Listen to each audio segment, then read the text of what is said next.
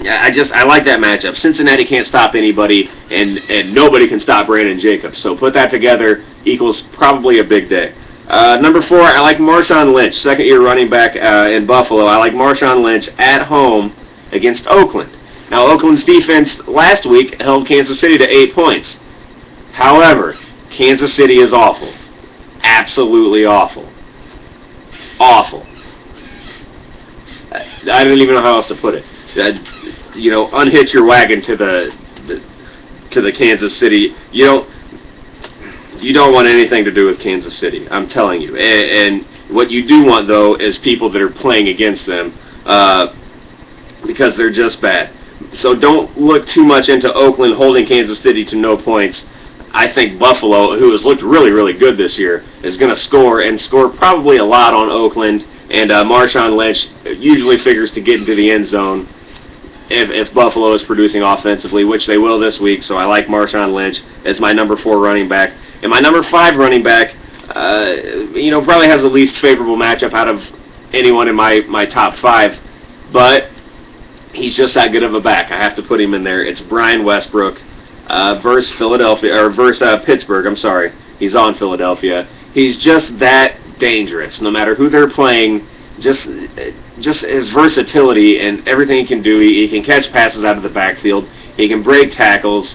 He can head up the gut and take the hits. He can bounce to the outside. He can put moves on guys. Brian Westbrook is the total package as a player, and it really doesn't matter who he's going up against. He's typically a top 5 running back every week. So he made my list. I got no AP, no LT on my top 5 this week. All right, they would be right outside of the top 5. So it's not like I'm just not giving them love at all. Not that I'm saying either one of those guys are going to do bad this week. I don't even know if LT is playing. He went out with a hurt big toe, and I know it's only one toe. You have 9 more. But I tell you what, go ram your big toe into a big wooden plank or something like that. It really, really jack it up good. And then go try to run around a lot and see how it feels. You'll notice that big toe hurting then. I mean, you don't really notice it, but when it hurts, you'll notice. Anyhow, we'll see. Check up on LT if you have him about an hour or so before game time and see what the deal is. I'm not sure exactly what his status is as far as the injury report goes, but I do know that he came out last week and Sproles had a nice game, and Darren Sproles actually was picked up in quite a few leagues. Let's go to wide receivers. Number 1, making his second appearance this season, Brandon Marshall, Denver wide receiver. Again, at home against New Orleans, I like Cutler as my number 1 quarterback, and that goes hand in hand with Brandon Marshall as my number 1 receiver. I know New Orleans knows, after watching tape from last week, that Cutler's going to be looking for Brandon Marshall.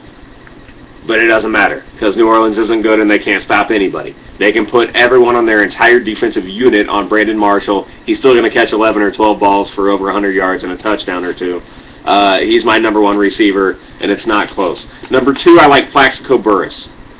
All right, I'm sticking with the same kind of stuff. I mean, Giants are going to light up Cincinnati. Plaxico Burress, I think, is a top 5 receiver probably every week, regardless of matchup, judging on how good the New York Giants seem to look, and just how often Eli looks Plaxico's way. And why wouldn't you? Honestly, why wouldn't you? It only makes sense. So Plaxico Burress, number 2. Number 3, I like Anquan Bolden at Washington.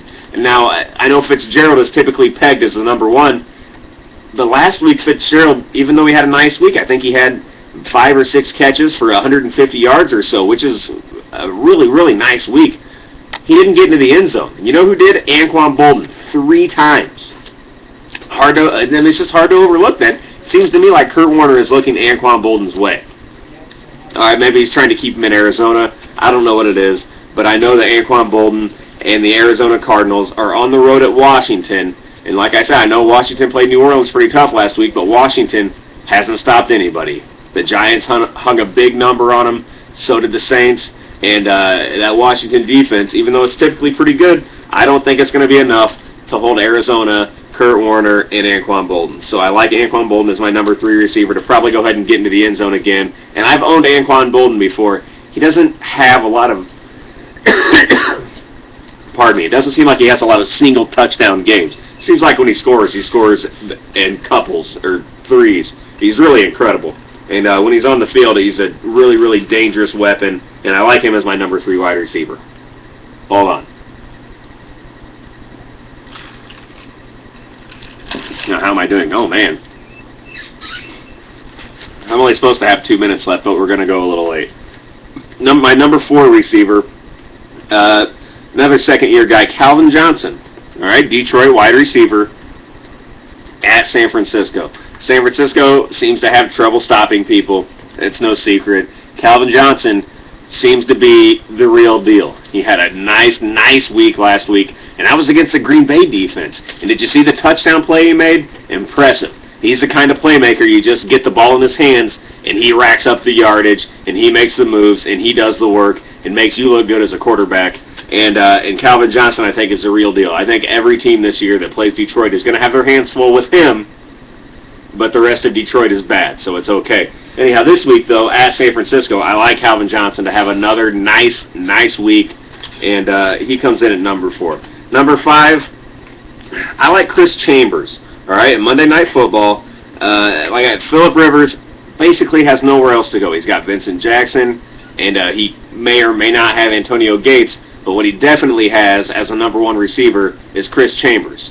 And this guy is a legitimate number 1 receiver. Do you remember last year and the year before when he was in Miami?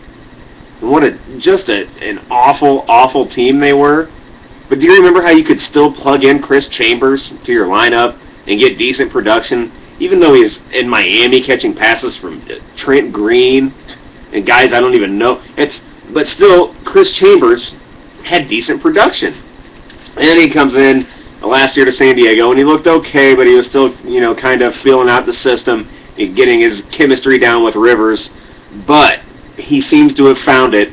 If you notice the 3 touchdowns he scored in the last 2 games, he seems to have found his chemistry with Phillip Rivers, and he's kind of the go-to guy. So listen, Chris Chambers, on Monday Night Football, again, it's a big stage, Monday Night Football, against the Jets, whose defense looks a little shaky.